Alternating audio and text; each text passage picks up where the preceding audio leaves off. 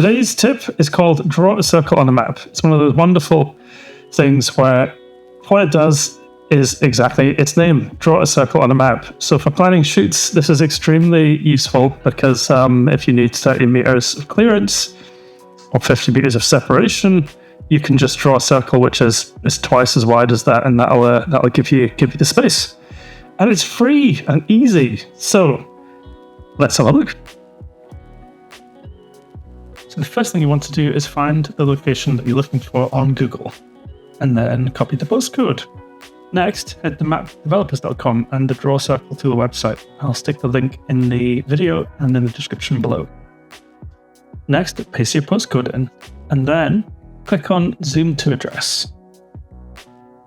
So, unfortunately, this doesn't take you exactly to it when you zoom in. You have to kind of look around a bit to find it. But when you find where you want, it does take you roughly there. And then when you're ready, expand the screen like so. Now, when it's loaded, you need to go back and set your parameters for the circle. So I'm looking for a 30-meter radius, so I need a 60-meter circle. And then go back to the main map, and then find where you want to make your takeoff spot, and bam, drop it down, and there you go. 30-meter takeoff spot. You can check your clear of roads, buildings, although I'm going to be shooting those buildings, so it's okay here, and so on. You can pop any of them around. And if you find that you are encroaching buildings like that one, you can either delete it or you can drag it somewhere else, which is safer. So there you go.